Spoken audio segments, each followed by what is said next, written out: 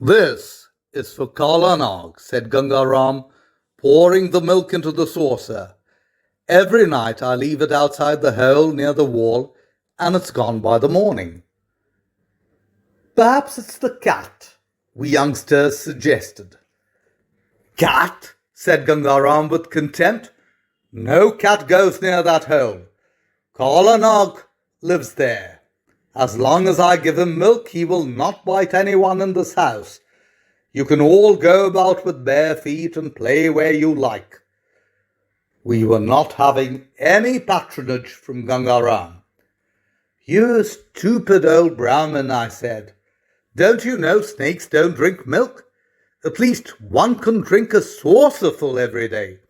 The teacher told us that a snake eats only once in several days. We saw a grass snake which had just swallowed a frog. It stuck like a blob in its throat and took several days to dissolve and go down its tail. We've got dozens of them in the lab in methylated spirit. Why, last month the teacher bought one from a snake charmer which could run both ways. It had another head with a pair of eyes at the tail. You should have seen the fun when it was put in the jar. There wasn't an empty one in the lab, so the teacher put it in one which had a Russell's viper. He caught its two ends with a pair of forceps, dropped it in the jar, and quickly put the lid on. There was an absolute storm as it went round and round in the glass, tearing the decayed viper to shreds. Gangaram shut his eyes in pious horror. You will pay for it one day. Yes, you will. It was no use arguing with Gangaram. He, like all good Hindus, believed in the trinity of Brahma, Vishnu and Shiva, the creator, preserver and destroyer. Of these, he was most devoted to Vishnu. Every morning he smeared his forehead with a V-mark in sandalwood paste to honour the deity. Although a Brahmin, he was illiterate and full of superstition. To him, all life was sacred, even if it was of a serpent or scorpion or centipede. Whenever he saw one, he quickly shoved it away lest we kill it. He picked up wasps we battered with our badminton rackets and tended their damaged wings. Sometimes he got stung. It never seemed to shake his faith. More dangerous the animal, the more devoted Gangaram was to its existence. Hence the regard for snakes, and above all, for the cobra, who was the Kalanag. We will kill your Kalanag if we see him. I won't let you. It's laid 100 eggs, and if you kill it, all the eggs will become cobras, and the house will be full of them. Then what will you do? We'll catch them alive and send them to Bombay. They milk them there for anti-snake bite serum. They pay 2 rupees for a live cobra. That makes 200 rupees straight away. Your doctors must have udders. I never saw a snake have any. But don't you dare touch this one. It's a panya. It's hooded. I've seen it. It's 3 hands long. As for its hood, Gangaram opened the palms of his hands and his head swayed from side to side. You should see it basking on the lawn in the sunlight. That just proves what a liar you are. The panya is the male, so it couldn't have laid the 100 eggs. You must have laid the eggs yourself. The party burst into peals of laughter. Must be Gangaram's eggs. We'll soon have 100 Gangarams. Gangaram was quashed. It was the lot of a servant to be constantly squashed. But having the children of the household make fun of him was too much even for Gangaram. They were constantly belittling him with their newfangled ideas. They never read their scriptures, not even what the Mahatma said about non-violence. It was just shotguns to kill birds and the jars of methylated spirit to drown snakes. Gangaram would stick to his faith in the sanctity of life. He would feed and protect snakes because snakes were the most vile of God's creatures on earth. If you could love them instead of killing them, you proved your point. What the point was which Gangaram wanted to prove was not clear. He just proved it by leaving the saucer full of milk by the snake hole every night and finding it gone in the mornings. One day, we saw Kala Nag.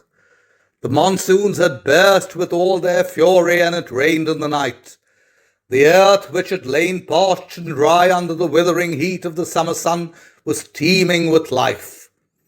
In little pools, frogs croaked. The muddy ground was littered with crawling worms, centipedes, and velvety ladybirds. Grass had begun to show, and the banana leaves glistened bright and glossy green. The rain had flooded Kala Nag's hole. He sat in an open patch on the lawn. His shiny black hood glistened in the sunlight. He was big, almost 6 feet in length, and rounded and fleshy, like my wrist. "Looks like a king cobra. Let's get him." Kala Nag did not have much of a chance. The ground was slippery and all the holes and gutters were full of water. Gangaram was not at home to help. Armed with long bamboo sticks, we surrounded Kala Nag even before he scented danger.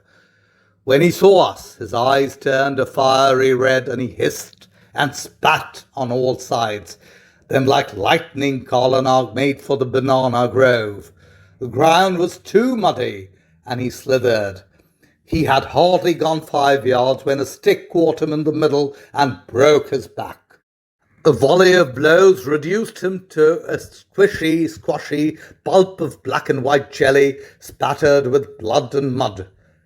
His head was still undamaged. "Don't damage the hood," yelled one of us. "We'll take Kala Nag to school." So we slid a bamboo stick under the cobra's belly and lifted him on the end of the pole. We put him in a large biscuit tin and tied it up with string. We hid the tin under a bed. At night, I hung around Gangaram waiting for him to get his saucer of milk. "Aren't you going to take any milk for Kala Nag tonight?" "Yes," answered Gangaram irritably. "You go to bed." He did not want any more argument on the subject. "He won't need the milk any more." Gangaram paused. "Oh, nothing. There are so many frogs about, they must taste better than your milk. You never put any sugar in it anyway." The next morning, Gangaram brought back the saucer with the milk still in it. He looked sullen and suspicious. "I told you snakes like frogs better than milk." Whilst we changed and had breakfast, Gangaram hung around us. The school bus came and we clambered into it with the tin. As the bus started, we held out the tin to Gangaram. "Here's your Kala Nag, safe in this box. We are going to put him in spirit." We left him standing speechless, staring at the departing bus. There was great excitement in the school. We were a set of 4 brothers known for our toughness. We had proved it again. A king cobra, 6 feet long. Panya. The tin was presented to the science teacher. It was on the teacher's table, and we waited for him to open it and admire our kill. The teacher pretended to be indifferent and set us some problems to work on.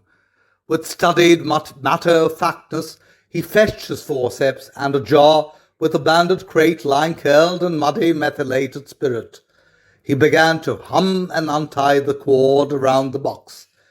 As soon as the cord was loosened, the lid flew in the air, just missing the teacher's nose. There was Kala Nag. His eyes burnt like embers, and his hood was taut and undamaged. With a loud hiss, he went for the teacher's face. The teacher pushed himself back on the chair and toppled over. He fell on the floor and stared at the cobra, petrified with fear. The boys stood up on their desks and yelled hysterically.